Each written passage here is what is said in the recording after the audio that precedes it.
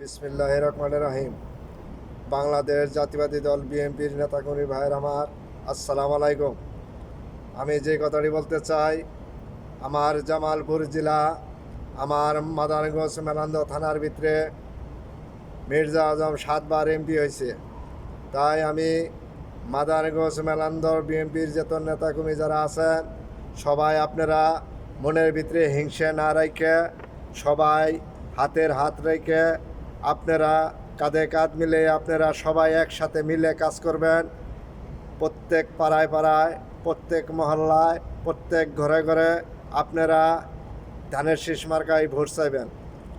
বাংলাদেশ জাতীয়বাদী দল বিএনপি আগামী দিনের দেশনায়ক তারেক জিয়া, উনি যাকে নমিনেশন দিবেন তার হয়ে আপনারা কাজ করবেন। এই বলে আমার কথা শেষ করছি। আসসালামু আলাইকুম।